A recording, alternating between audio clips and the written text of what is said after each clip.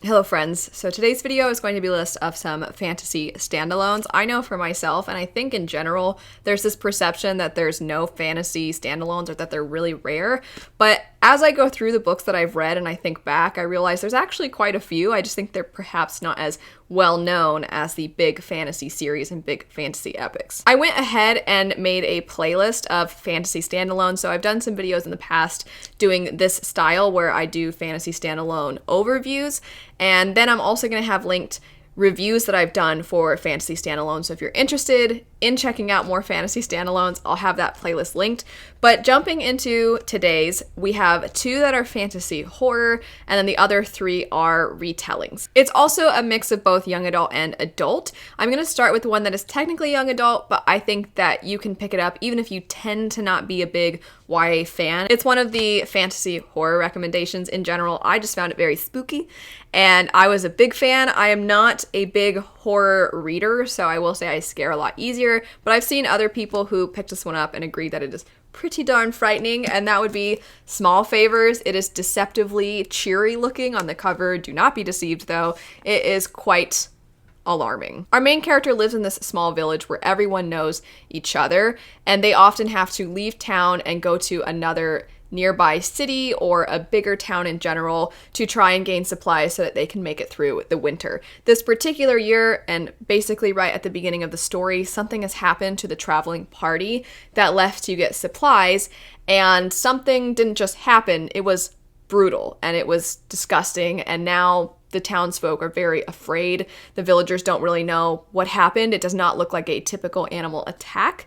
And then as the story starts to go along, there's definitely a very interesting history to this village, and some of the elders seem to have these stories of creatures lurking in the woods. They have things set up to protect them, but you can't really tell if it's just paranoia, if these are old wives' tales. But because of this small setting, the second one person says something, it starts to spread like wildfire, and everybody suddenly is hearing, oh, well, apparently so-and-so saw this thing with these blue eyes, and someone else saw this creature. Our main character is this very sweet, kind of family-oriented girl. She just wants to help her parents tend to their crops and their bees, because they are beekeepers.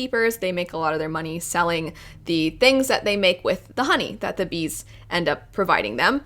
And so you follow this girl as she is starting to see strange things occurring. It's kind of slow to some degree, and there's all this small town gossip sort of situation that you often, again, you have to try and discern and pick out what's actually real, what's happening. Our main character sees something, and then she's kind of wondering, who was that person I just saw, or what was that thing I thought I saw? And then strange things really seem to keep happening. And then you meet this stranger who comes into the town along with some other people, and then you're suspicious of them. There's also bizarre things happening with the little sister and with her brother, and it was just, I found so engrossing. It did move slow, and I really enjoyed taking my time with it. But man, if you're looking for a what the heck is going on kind of a book, I think this one does it exceptionally well. Switching gears, the next 2 books are both mythology inspired. The first one would be The Witch's Heart. This follows Loki's wife Angrboda, who is this woman who was a witch who had certain powers that attracted the attention of the gods, but she refused to give that information up and has thrice been killed and thrice reborn. And this time around, she's doing everything in her power to not use her magic and to go under the radar. She no longer wants any attention, even if it means costing her magic. She's content, though, to live a very simple life, to just sort of survive. But Loki has found her and finds her very interesting. He tends to like to come around, and she in general enjoys his presence. And the 2 of them, as they grow closer, they start to form this very strong bond. And then things go wrong. So it is mythology inspired, Norse mythology specifically. So of course, all these stories that we have in mythology sound super over the top. The gods do not behave in typical ways because they don't have the same life expectancies, because they are so much more powerful. They can be very flippant. Their stories are also filled with so many unusual happenings, and you see that in this story. And I think the author, though, does a fantastic job of still having the general feel of this being mythology, but also making it very human and humanizing these magical beings while also having so much heart, no pun intended, having so much heart in this story. It also is very much a story about a mother's love and a mother's sacrifice. It's pretty heartbreaking, to be honest. It is also another slower moving story, but one that I think is very atmospheric. I really enjoyed the writing.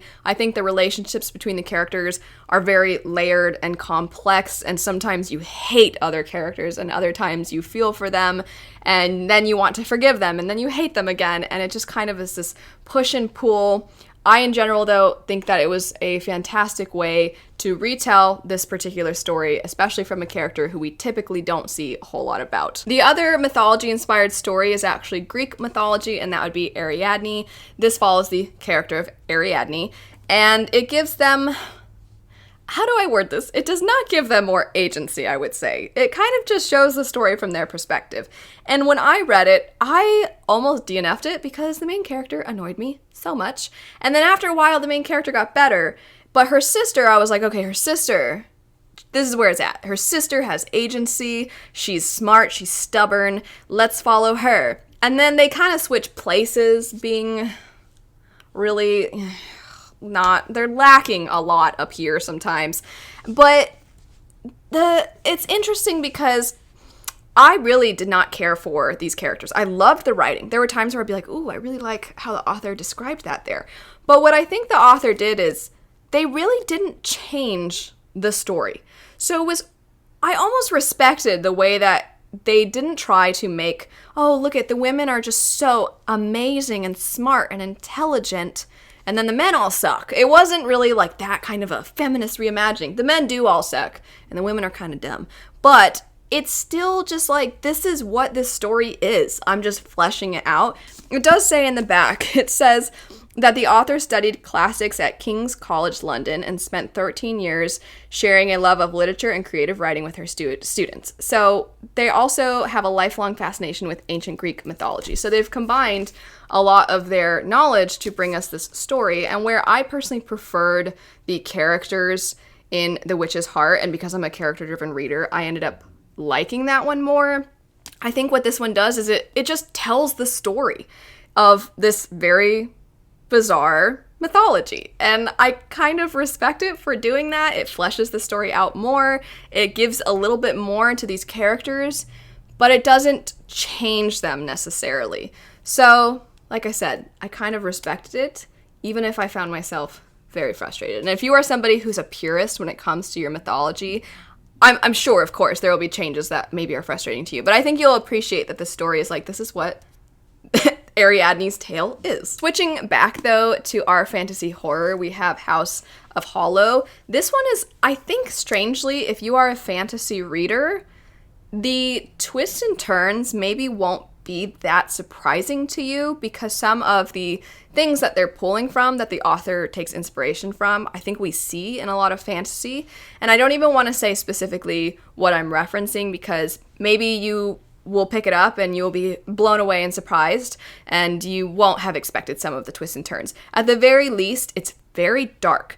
I didn't find it all that scary, but it was very morbid and very twisted. And if you like a morbid, twisted story, you're gonna like this one. So we follow a girl who is one of 3 sisters. She is the youngest. Her 2 sisters are very wild and free, we'll say. And it takes place in modern day. These 3 sisters, when they were young, they disappeared. Everybody believed that they were kidnapped. And then they reappeared. They were covered in blood. One of them was holding a knife, and they were naked. And ever since then, there has been this worldwide mystery as to what happened to these sisters. All of these people have all these theories about them. They have theories about their family, and it has obviously impacted them tremendously. It has resulted in a lot of trauma for this family. And so you see these complex, difficult relationships, and these 3 sisters who have this incredible bond, but also this bond kind of extends past distances. One of them goes missing again, though, as an adult, and the 2 younger sisters are now searching for them, but everything is definitely not as it seems. I will say, this book has some things that I just personally find so gross. One of them is like plants growing, ugh, it's making me I'm grossed out even thinking about it. But like plants growing where they shouldn't grow. Ugh. And then like bug stuff. There's not a lot of bug stuff, but there's a little, and it's just so icky. But I know some people really like that kind of stuff, and I really, really don't. I really don't. But it definitely provided for a creepy atmosphere for sure, and it's very dark. It is technically considered young adult, but it's pretty morbid, very much so. And if you read the story, you will find out why. Last on the list, and pardon me, I don't have the sleeve on, although it's a great cover, we have Little Thieves. So this is once again a retelling, but unlike the mythology ones, it's a retelling of Goose Girl. So it's not exactly gods and goddesses. It's got a little bit, but maybe not the ones that we are so used to seeing. But we follow a character who was raised by two godlike beings who definitely are not mortal, although our main character is. And when she comes of age, she is supposed to have to choose which of her mothers, her godmothers essentially, that she will serve. And she does not want to live a life in servitude to one of her mothers, so she's trying to do everything she can to make it on her own. However, this particular time period, which is obviously very heavily inspired by European history, it is not kind to a lot of people who come from nothing, of which our character does come from nothing. So she's finding herself trying to make her path for herself, and in doing so, she ends up essentially sort of ruining the lives of some other people.